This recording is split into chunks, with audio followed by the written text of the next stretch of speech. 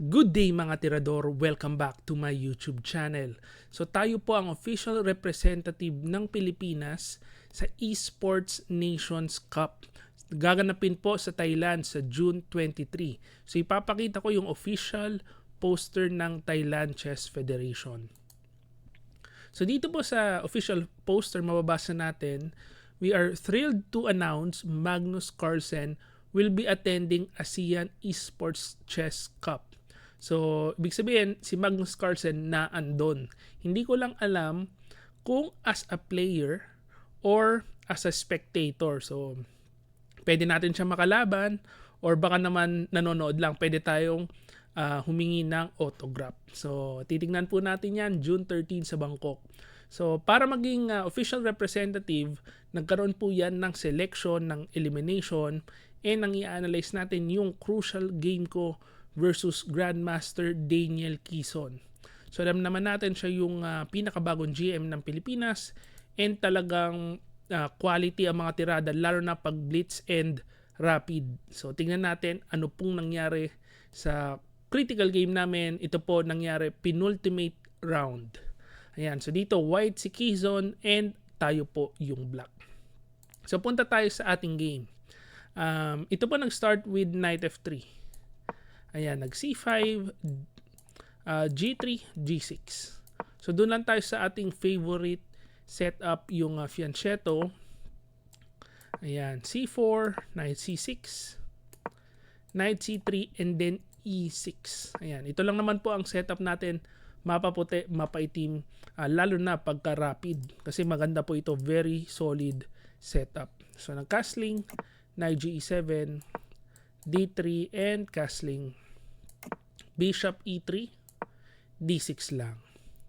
Ayan, so very solid setup. Ang idea niyan, queenside expansion. So ito po nakagustuhan ko kasi open yung bishop ng itim. Hindi po kagaya pag nilagay mo dito sa F3 yung knight, nahaharangan po yung bishop eh. So parang nararamdaman ko may slight advantage ang itim dito.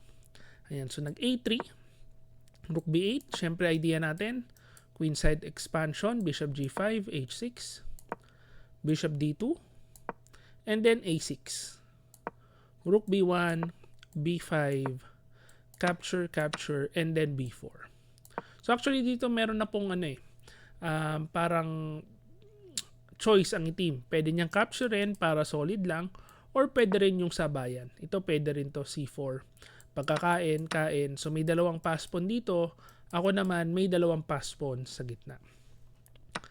Pero syempre pinili natin yung solid variation. So kinain ko lang, kain and then E5. Ayan, gumawa tayo ng square para may develop pwesto yung bishop nating puti. So nag knight E1, bishop E6, knight C2, queen D7, normal development lang tayo. Knight A3, and then knight D4. So, pinersa niya tayo dito kasi inatakan niya yung B5 pawn na papasok tuloy yung knight. Ginawa niya, bumalik. So, yan po ang style talaga ni Quezon. Talagang solid play lang. Talagang pang matagalan ng laro. Kaso yan po, blunder kasi merong bishop B3. Huli ang knight niya. So, pagka bishop B3, na-force na po siyang mag-rook B3 kain. Unfortunately, nakuha ko man yung quality, hindi pa po ganun kalaki yung binigay nung engine evaluation kasi nakaroon naman ng outpost dun sa D5. So, kinain ko ito, kain, rook FC8, kumapture, and then knight E3. Makikita nyo, ano lang, parang 0.89 lang kasi ang lakas ng outpost yung knight parang dun halos kasing lakas po ng isang rook yung knight sa D5 eh. Queen C7, knight D5, Queen C2, susubukan ko ipalit ang pyesa, and then Queen E3. So King H7 tayo para walang fork. Ngayon ang ginawa is H4. Talagang umaatake si Quezon. H5 and Queen A7. Actually dito mapapansin nyo po halos equal na yung posisyon. Rook F8, Bishop F3, and then F5. Nararamdaman ko dito parang kailangan ko na umatake kasi napakalakas talaga nitong knight sa D5. Hindi basta-bastang makapasok yung mga pyesa ko. Solid yung mga pawn niya. Wala tayong matarget. So na-force mag F5 and dito nag-knight F6 si Quezon. Check. So ang idea po niyan, of course hindi pwedeng kainin kasi nakapin, hindi pwedeng kainin, mabibitin ng rook. And pag inatras ko, meron siyang mga ideas with knight D7, mafo-fork yung dalawang rook natin. So ang ginawa ko, okay, kinapture ko na, capture. Pero dito meron kasing key move with E4. Tatamaan ng bishop and then babaksak yung E2 pawn. And naalala ko si GM Quezon nag-offer po ng draw dito. Kaso naisip ko lang, baka ito na yung time to strike, no? Penultimate round na, tapos actually 3-way tie po kami dito. And dalawa po yung humahabol sa half point behind. So sabi ko, kailangan na natin ilaban ito. Ayan, so E4, bahala na. Bishop G2, capture. And then queen takes B5. Ayan. So ngayon, meron tayong possibility makapass pawn. And yan pong ginawa natin. E takes D3, queen D5, F4. Inatake natin yung king side. And paka bishop F3. Dito, mapapansin nyo po yung oras ko. Nag-isip ako ng mahaba eh. Gumamit tayo ng 2 minutes, no? And nag queen E5 ako. Pinakain ko na lang itong pawn. Kung ibabalik natin, bakit po ako nag-isip na mahaba? Nakaramdam ako ng chance na baka merong brilliancy. Iniisip ko ito eh. Ayan, kumain dyan. Sabi ko, baka pwede ipakain yung queen, ganyan. Tapos mabibitin dito. And pag umiwas ang rook, magkakaroon ako ng dalawang napakalakas na pass pawn. Kaso, talagang pinilit kong i-calculate yan. Naisip ko baka mag F3 lang eh. Pagka F3, parang kinukulang po yung atake natin. So, ibapakain ng yung rook. Pag kinain ng ganyan, queenless. Tapos may pass pawn pa. Baka tumagilid pa. So, ang ginawa natin, play safe ulit. Queen E5. Solidify lang. Hindi pwedeng kainin kasi babaksak yung G3 pawn. So, na queen takes E5 si GM Quezon. Pagkakain, bishop E4.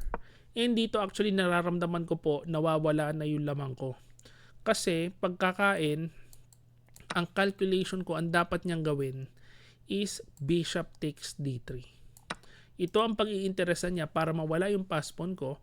Pag kumain dito, rook F2, magiging opposite colored bishops. And alam naman natin pag opposite colored bishops, lamang po sa tabla.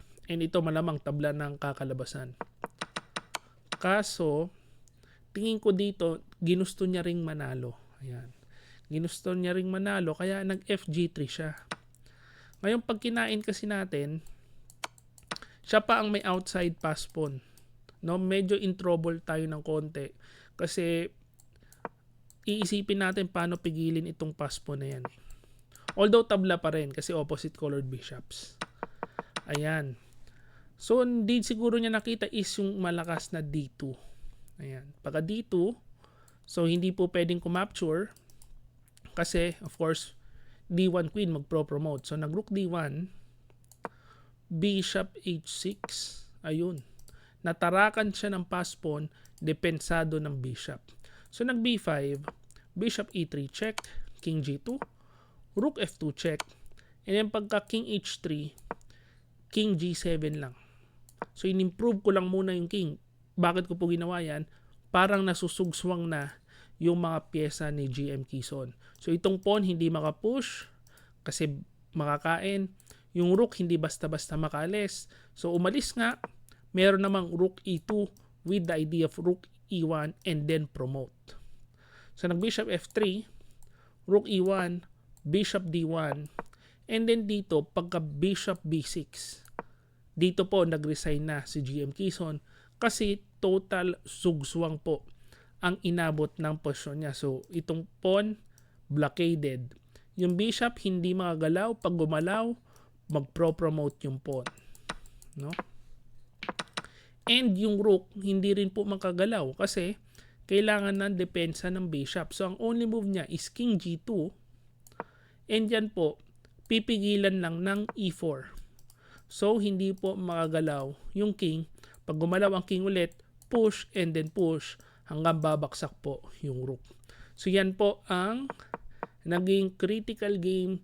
Pagka panalo ko kay Jem Kison, nagkaroon ako ng parang half point lead going to the last round. And then ipanalo ko rin po yon. Kaya po ako yung nag-champion. And yan po ang ating game for today. Hopefully na-enjoy nyo po yung analysis na yan. And kung na-enjoy nyo, please like this video and subscribe to my YouTube channel. And by the way, kung meron po kayong suggestion para ma-improve ko ang channel, and kung nagustuhan nyo yung ganitong uri ng video, yung medyo pahaba, no? Hindi horizontal, vertical po ang tawag dito, ilagay nyo lang po sa ating comment section. Binabasa ko po lahat yan and nire-replyan kung makakaya. So yan po ang ating video for today. Please like and subscribe. See you again next video.